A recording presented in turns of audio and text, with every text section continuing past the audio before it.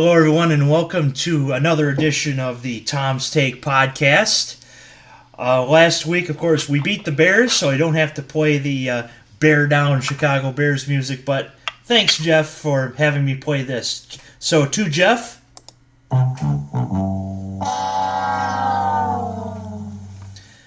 and to Connor Barth.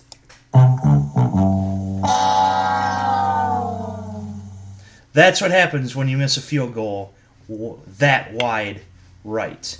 So with that being said, let's bring in our guest. It's Cody Clontz for the fourth time this year because Cody Clontz likes to do podcasts and he likes to talk football. So, how's it going, Cody?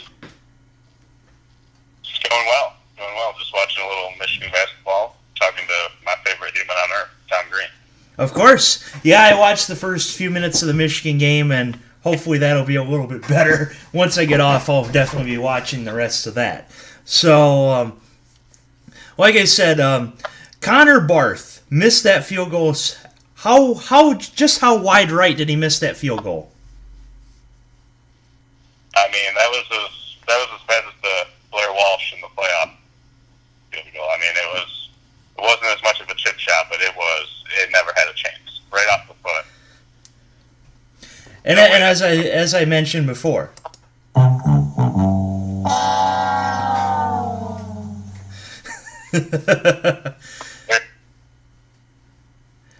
yeah, it was just that bad. So, like we said, in the words of Eminem, guess who's back? Back again, the Cody Clontz. So, as the last few weeks that you haven't been on, unfortunately, you ended up losing your rapid fire lead to Aaron, who was our Cleveland guest. He had an 818 winning percentage. You went 9-2, which was pretty much the magic number. And so you're back to try to win your rapid fire title back. Am I correct? That's right. You got to take it away from the state of Ohio. We've got to win one thing against us here, so yes, we need it. So, the first game that we're going to discuss here is the Lions-Vikes game because, of course, this guy is a Vikings fan through and through. As we said before the podcast, he is hooked on a Thielen. Not a feeling, a Thielen. In fact, Adam Thielen is probably his favorite wide receiver of all time, not even Randy Moss or Stephon Diggs. No, I'm exaggerating. I think you liked Randy Moss, didn't you? Oh, yeah, for sure. That's the childhood favorite player right there. That's pretty much who made me a Vikings fan. Randy Moss was good, ... when he wanted to be. Because sometimes even when he did black. That is true. So, Lions-Vikings. Would we call this the NFC North title game? I mean, it sure seems like it. They both have a fairly easy schedule to finish out the year, especially now with Rodgers staying out and the Bears looking like they do. So I mean, it looks like it's a two-dog race in the North, and Thanksgiving Day is probably going to decide it. Yeah, I actually mentioned to one of our creators, Jeff Lyons, last week on the pod that we talked about the John Fox challenge from a couple weeks ago, and we mentioned your tweet exactly saying a part of John Fox's soul has left him with that lost challenge. Yeah, I mean, you could just see it on his face when they overturned that he knew that when he gets fired after this year, they're probably just going to turn that clip on and then walk out of the room. Whoever gets to fire him, the GM or the owner, whoever. Yeah, that was just unfortunate. Yeah, I mean, you have a first down at the 2-yard line, and it looks like Cunningham scores, but because he lost the ball, they challenge it, and it gets overturned. But they won the challenge, though. Right, which is just the most embarrassing thing he could have done. The most embarrassing thing. Ha-ha! Pretty good. So yes, I would agree. This has got to be the NFC North title game. If Rodgers comes back and somehow wins this division, then God help us both. But we know it's not going to happen. I think the whole Rodgers coming back theory was based on the fact that people thought they were going to be able to hang around with Hundley there, and clearly that's not the case. They look pretty bad, getting shut out by Baltimore at home. Yeah. The first Lambeau Field shutout since, what, 06, I think it was? Yeah, that's wild. I was just going to ask you if you knew that, because it had to have been a while. Yeah, I think it was since the Brett Favre years. So, we're talking a little big play slay here. If you were Jim Caldwell or Terrell Austin, would you have him guard Diggs or would you have him guard Thielen in this game? Well, I think you're going to see him on Diggs, just based on where they line up. Diggs is, he's going to play on the outside, and they're going to try to use Thielen in the slot as much as possible because, I mean, you tend to get a worse corner when you take him in the slot, so it'll be, he'll probably get Quandre Diggs or, one of the other corner Lions, and you'll see Diggs against Slay most of the day. Hopefully Slay will slay against Diggs. But why not? Why don't we see Diggs versus Diggs? That would be pretty cool. Well, you did see that like a year ago when they were using Diggs in the role that they're using Thielen now. They had him in the slot, and that was the game where Diggs had 11 catches for less than 100 yards. He had a bunch of short catches, but it was Diggs on Diggs action. So you can dig that. He's a Texas guy. There you go. As you can tell, he has. It sounds at least that Cody has Texas roots because the accent is Southern-esque, and of course he's a Texas fan. He like we've said before, he likes mullets. Maybe not the Mike Gundy type mullet, but mullets. Hey, I like Mike Gundy's mullet. I like any mullet. So even though he's a rival, mullets win the day. Got that, Chip Kelly? Hoo-hoo, Oregon, win the day. So, anti-mullet, but other than... So, who wins? Who's going to win this Galloping Gobbler trophy that we hand out? Fox hands out every Thanksgiving, since this game is going to be on Fox. I'll say the Vikings stay on the roll that they've been on here, and close game, obviously. I'll say 24-20 Vikings over the Lions. Okay, I guess we're going right to score predictions. 24-20, you said Vikings over Detroit. Like I said, this has got to be the NFC North title game. If it's not, then God help us. Detroit had to grind it out against the Vikings at US Bank Stadium in Week 4. I think they got to grind it out again, but I think at home with a Thanksgiving crowd hungry for some turkey, some mashed potatoes, some gravy, some jelly cranberry sauce, some pumpkin pie, some sausage pie that my grandma makes. It's pretty good. My mouth is watering as I say this right now. I'm sure Cody's is as well. Getting ready for tomorrow. But Detroit will go into that. We'll go into the locker room after the game happy, and we'll have some nice Thanksgiving dinner. 27-20 Detroit.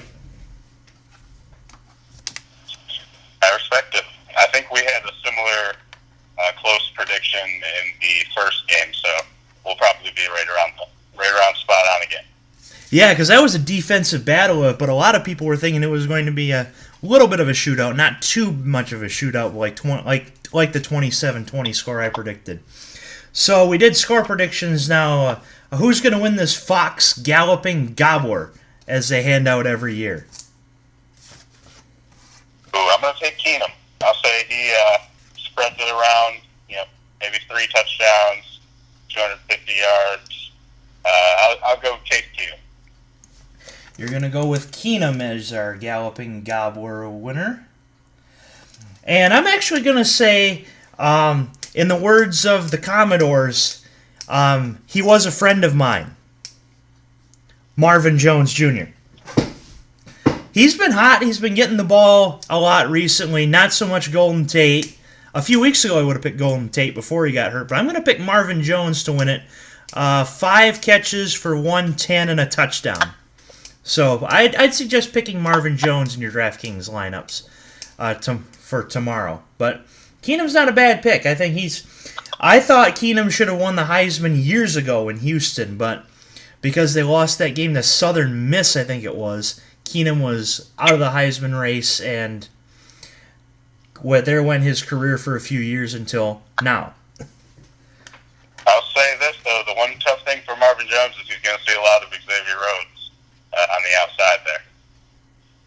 That is true, because Tate's playing more in the slot. So going with a gamble, but if you don't gamble, you can't win. So for the ride the hot. Been good lately.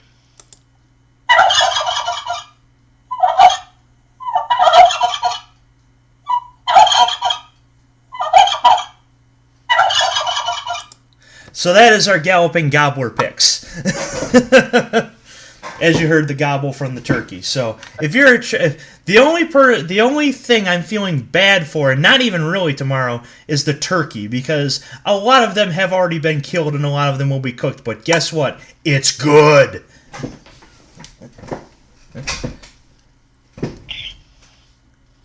Cody thinks I'm nuts, but anyway.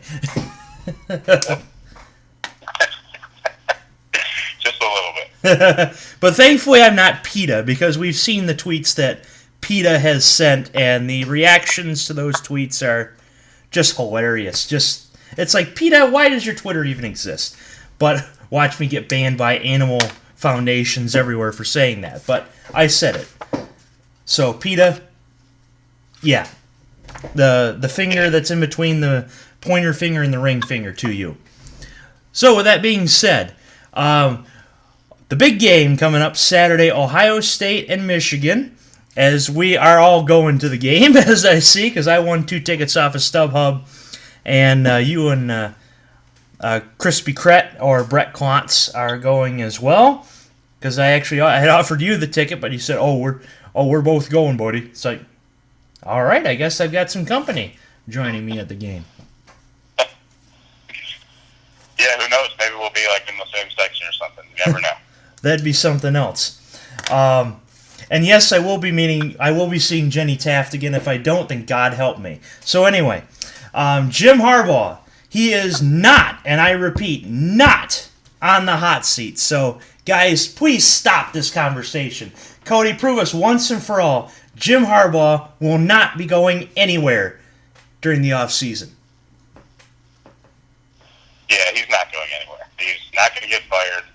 And I don't see why he would go back to the NFL, but for some reason people want to say that it's a possibility. But I think, if he had maybe come in and won right away and maybe, won conference championships or a national championship or something by now, that would be a more realistic option that he might jump back to the NFL.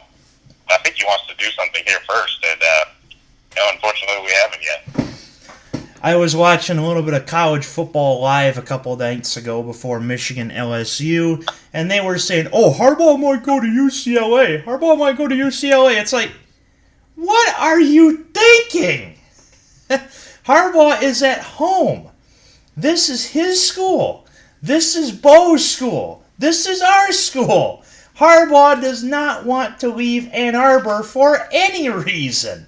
Even if he gets offered the New England job, Harbaugh is not going to leave home. Because guess what? We have not won a Big Ten, we have not won a national title, and we have not, for the life of us, beaten State and Ohio State in the same year. So guess what? Even if he wins this game, he's staying because he wants to win both. He wants to win the Big Ten East. He wants to win the college football playoff and the Big Ten title and the national title, all that. Because so we can stop this, you guys can't get out of third place argument that our Michigan State fans like Tyler Jacobs, God, yeah, that he brings up all the time. So, please, guys, Harbaugh is not leaving for any reason. And I bet you Cody's just laughing like hell in the background on the other side of the phone listening to this. But it's true. Harbaugh is not going to leave for any reason. That's why I'm here, for Tom Green rants like that. Yes. Because I can get a little hostile. You know, like the Snickers commercial. You like Betty White? You like Betty White out there? That's not what your girlfriend says. Anyway, moving on to the next topic. Who in the life of me is going to be the starting quarterback this week? Peters, O'Korn, or Wilton Spate? I'll take anybody but John O'Korn. Yeah, so would I, because Joe Korn has just been, ugh. And here we go. I'll bring this up now. That's not what your girlfriend says. Baby. See what I mean? You look like Betty White. That's not what your girlfriend says. But O'Korn has been playing like that, hasn't he? Absolutely, he's been terrible. And I think if he's cleared, you'll see Peters. And if not, I'm guessing it's going to be O'Korn, and it's going to be tough for Michigan to win. I think just from a confidence standpoint, you can see it last week when he came in. He doesn't look confident at all. It affects the whole offense. So it'll be interesting to see what happens with it. I won't be feeling too great if O'Korn's behind him. Mike, you're playing like Betty White out there. That's not what your girlfriend says. Baby. So yeah, O'Korn, don't play like Betty White out there if you get the start. Hopefully Peters starts, and you never know. If Spate is somewhat healthy and Peters is not ready to go, maybe Harbaugh goes with him, but I doubt it. Yeah, I think he's probably got the best chance to start. You never know with the concussion how bad it is and how bad his symptoms are, but sometimes they clear up quicker than you'd expect, and we'll see. It'll be interesting. Mm-hmm. So unfortunately for us, with Ohio State clinching the Big Ten East already, could you see a letdown from them this week as they try to prepare for the college football playoff? Or I mean not the college, God forbid if they get to the college football playoff, God help us, the Big Ten championship game. I mean, Big Ten championship. No, we haven't seen Ohio State have a real letdown in a big game against Michigan in a long time, and I mean, the closest one they played was probably the 42-41 game where Michigan wasn't very good, and I mean, even that game they still scored 42 points, so it's not like they didn't come to play at all. It's just Michigan offense went nuts. Yeah, so because it's a rivalry game, there's even if OSU is 11-0 and gunning for the college football playoff, as they claim to still be, but us Michigan fans here up north, we doubt it. So, but yeah, if there's a letdown, then I mean it helps us, but I don't see it happening either.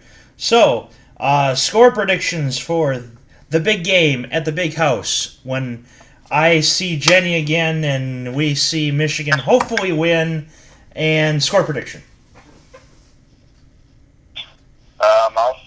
I'll take a sad Ohio State 31, Michigan 21. As much as I'd love to take the upset, probably not going to happen. But you never know. It's a rivalry game. Not like Michigan doesn't have talent to hang around and make it interesting, especially at home.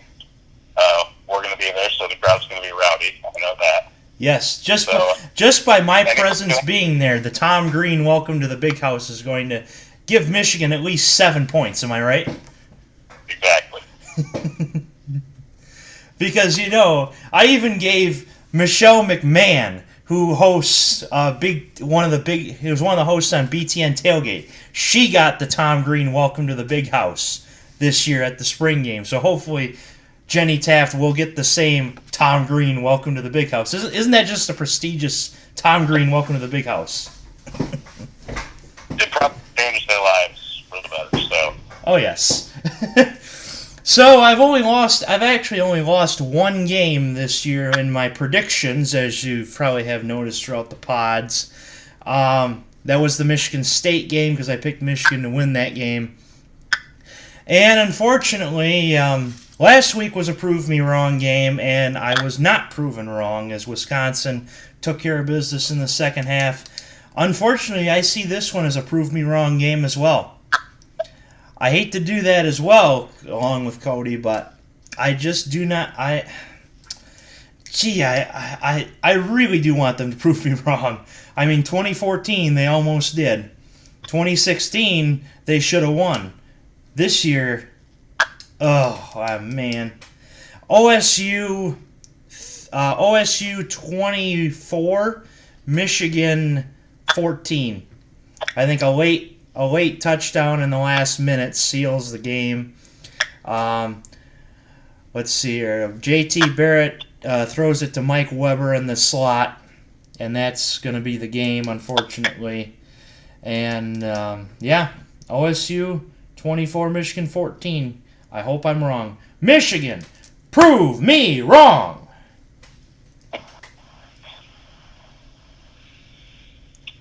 Yep, I respect it. I'm right on board with you. Yeah, so unfortunately we're both picking the other side, but if we're proven wrong, oh man, would we love that, especially with OSU heading for a Big Ten title game with Wisconsin, which Wisconsin wins, they're going to be in the college football playoff, and we're going to have some playoff previews here. So with that being said, that is our Minnesota, Detroit, and OSU Michigan previews. First of all, before we get started, let me find a couple ads to read on our show.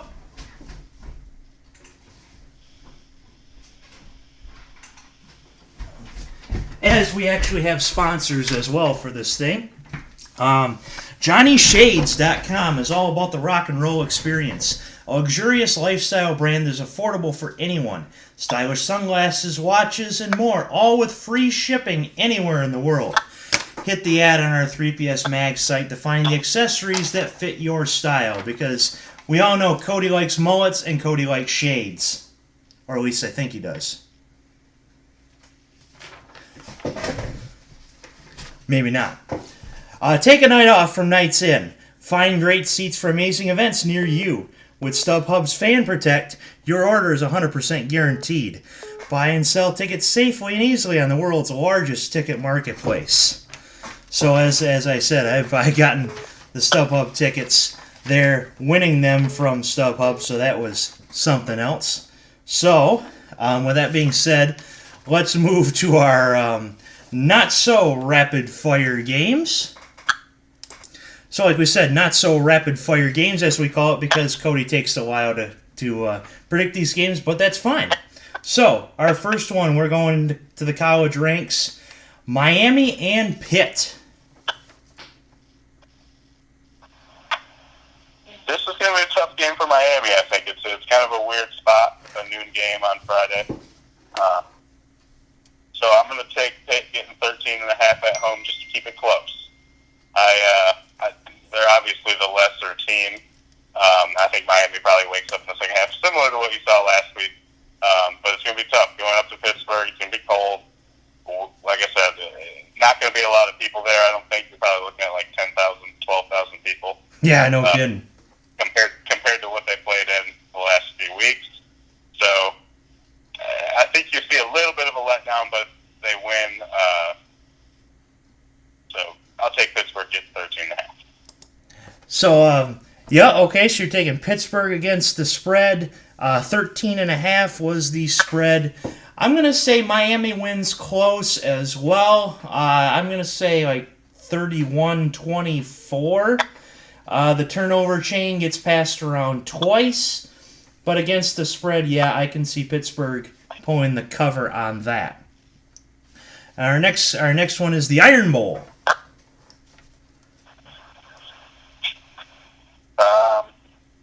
Going to be a good game this year. A lot of people think Auburn has a chance, and that's usually when you see Nick Saban just crush his opponent and leave everybody with no doubt that they were the best team in the conference. So I think you'll see Bama cover the 4.5, and probably a second half surge. You'll probably be a close game at halftime, and then Bama takes over in the second half. Interesting. A few years ago, Bama was favored by a ton, and that was the year that Chris Davis returned not the punt, but the missed short field goal for a touchdown to win it for Auburn, and we saw depressed Catherine Webb on the sidelines, even though her alma mater won. Right. With that being said, I'm actually going to go not so fast on that. I think Auburn's got a lot of momentum, especially by beating Georgia. I really want to see them in the college football playoff, too, just because they have 2 losses. I'd love to see it. Give me Auburn 31, Alabama 28. But I could also see Bama just messing around with them and winning like 58-0. Carolina battle, Clemson, South Carolina. I'm going to go kind of the opposite of that other rivalry game and say, or the other game, and say Clemson, unlike Miami, gets it done on the road, covers the big spread. Give me Clemson 13.5. I think their defensive line gives to the quarterback, and Bentley can't really get it done through the air, so I'll take Clemson. Will Muschamp has done quite a job so far at South Carolina. People have, at first people were like, oh, Will Muschamp, really? All he's good at is defense. Why can't he do anything on the offensive side of the ball? Why did we hire him? Well, guess what, South Carolina? You actually have a good coach. But you're facing a much better Clemson team. I say, as Lee Corso says, good pick. Clemson 35, South Carolina 20. Notre Dame, Stanford. I'm going to take the Irish on the road. It's going to be a close game, but the spread's 2. So I'm going to take Notre Dame by a field goal. Of course, Heisman fans will love the fact that there is a Heisman Trophy candidate in this game. Get it? Bryce Love and Stanford. But Notre Dame has been a good team this year. They haven't gotten the step up because they lost to Georgia and to Miami. The turnover chain got passed around there. But I do see Notre Dame getting you to a really good bowl game, and Stanford is just a little bit down from what they were under Andrew Luck and Kevin Hogan. Notre Dame 20, Stanford 13. The Apple Cup is our next game. Apple Cup. You know my rule, Tom. I don't pick against Mike Leach, so give me Washington State on the road. They're getting 10, which was a little bit more than I thought it would be, but they have struggled on the road a little bit. So I'll take Wazoo getting the 10. Keep it close. And maybe sneak one out on the road. Mike Leach, the most interesting coach in the FBS.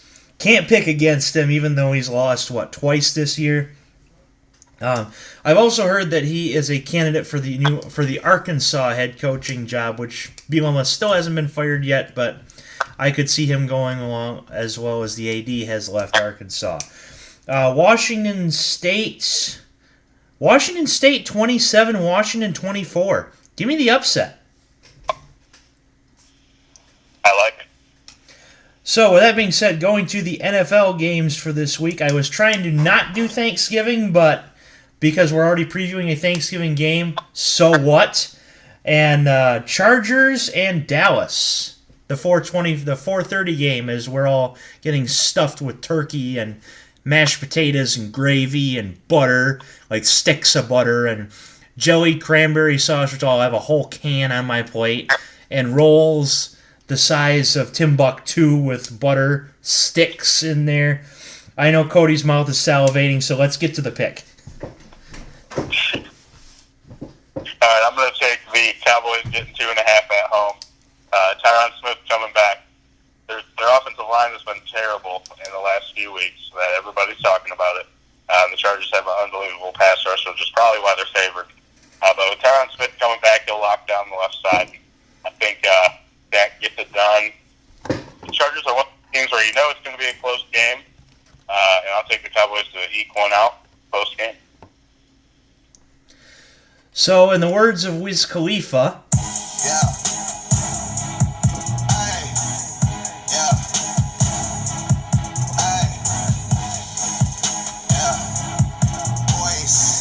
You already know who I'm gonna pick now, right? I think that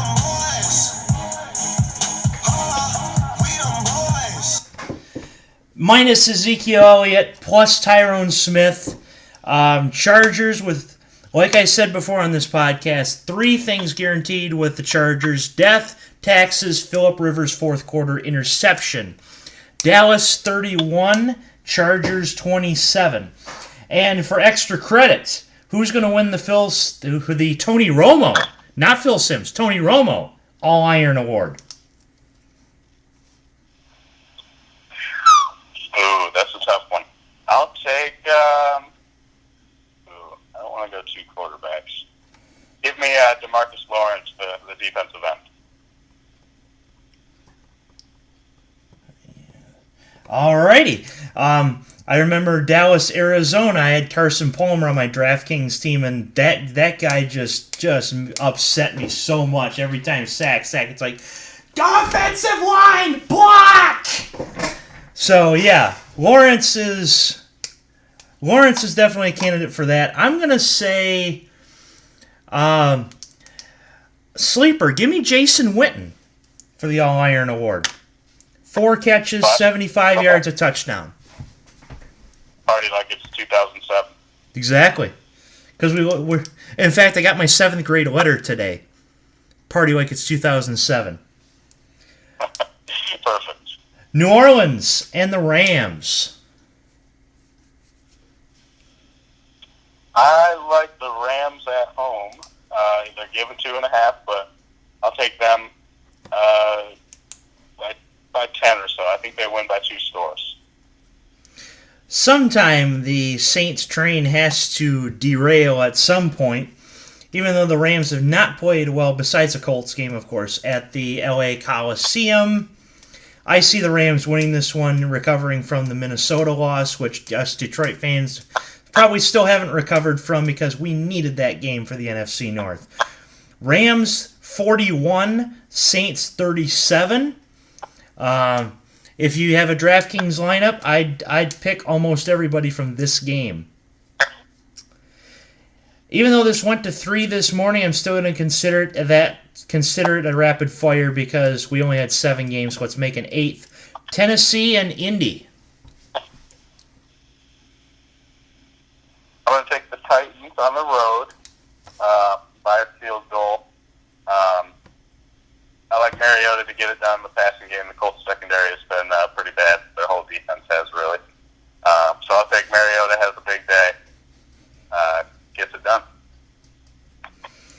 Yeah, even though the Colts won a game here in the last couple weeks, they're just not that good without luck. They need an offensive line. They might need a whole new team too. Tennessee 24, Colts 7. Dick LeBeau's defense gets it done once again. I could see Dick LeBeau's skeleton still being a coach on the sidelines in 10 years. So, with that being said, that is our rapid-fire games for this week. Do you have anything else to add to this wonderful podcast, Mr. Clontz? Just thank you for the honor of being on Tom's Takes podcast, and I gotta say, if there was one thing I didn't expect to hear on this thing today, it was a Wiz Khalifa. So, thank you for that, and have a good Thanksgiving. Oh, it's gonna be a great one. Gonna be, like I said, gonna be eating turkeys by the plate, mashed potatoes by the plate. I may have to out-eat Brett in this. Oh wait, and Skull Vikings. That is all. Oh, of course. He's got to go with the Skull Vikes on this. One pride and...